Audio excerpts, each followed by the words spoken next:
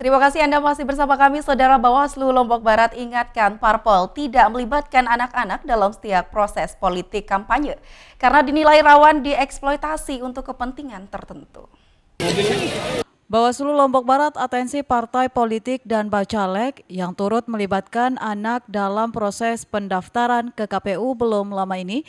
Hal itu dipersoalkan beberapa pihak lantaran mengandung konten kampanye di dalamnya. Ketua Bawaslu Abrar menegaskan kendati tak ada aturan yang mengarah pada pidana dalam persoalan itu, namun pihaknya dengan tegas mengatakan sangat tidak merekomendasikan parpol maupun bacalek melakukan hal serupa sehingga berpotensi dilaporkan ke Lembaga Perlindungan Anak. Setelah turun melakukan pengawasan saat pendaftaran parpol dan bacalek ke KPU Lombok Barat, Bawaslu menemukan anak-anak serta konten-konten kampanye. Sesuai aturan Undang-Undang Nomor 7 Tahun 2017, tidak diperbolehkan melibatkan anak-anak pada saat kampanye. Bahwa keterlibatan anak dalam pendaftaran partai politik pada dasarnya dalam kampanye yang tidak boleh melibatkan anak. Itu juga diklarifikasi apakah partai itu melibatkan atau mengeksploitasi atau anak itu sendiri yang berkeinginan untuk ikut dengan paksaan. Akhirnya ada itu kan banyak hal yang harus ditanyakan. Bawaslu juga membantah jika pihaknya dinilai membiarkan hal tersebut karena hal itu akan didiskusikan lebih lanjut di internal Bawaslu. Apakah persoalan itu akan ditindaklanjuti dan direkomendasikan untuk ditangani oleh LPA? Dari Lombok Barat, Muzakir, iNews melaporkan. Menghadapi masa politik di tahun 2024 mendatang, TGB Muhammad Zainul Majdi mengajak masyarakat untuk menjauhi kebencian dan menekankan agama sebagai spirit kebaikan dan berpesan jangan jadikan agama sebagai kendaraan untuk mendapat kekuasaan.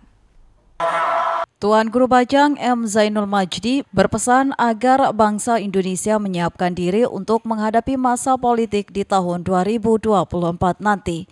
Hal ini disampaikan saat TGB menghadiri tablik akbar di Desa Jango, Kecamatan Janapria, Lombok Tengah.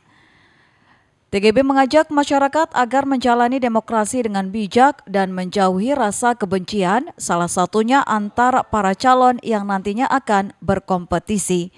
Selain itu, TGB juga menekankan agar agama dapat dijadikan sebagai spirit kebaikan dan tidak menjadikan agama sebagai kendaraan untuk mendapat kekuasaan. Jalani proses demokrasi dengan bertanggung jawab. Jadi jangan mencari kekuasaan dengan meresikokan hal-hal yang menjadi kekuatan kita sebagai bangsa. Karena itu jauhi narasi kebencian, tidak perlu saling klaim, dan jangan menggunakan sentimen primordial. Jadikan agama sebagai spirit kebaikan, bukan menjadi kendaraan untuk mendapatkan kekuasaan. Masyarakat diharapkan dapat terus menjaga persatuan dan tidak terpecah belah hanya karena berbeda pilihan. Dari Lombok Tengah, Emma Widiawati, iNews melaporkan. Keinformasi lainnya, Saudara, Kemendikbudristek peringati Hari Pendidikan Nasional dengan gerak Jalan Sehat. Kegiatan ini sebagai wujud menyemarakan Merdeka Belajar tahun 2023 secara serentak di 38 provinsi di Indonesia.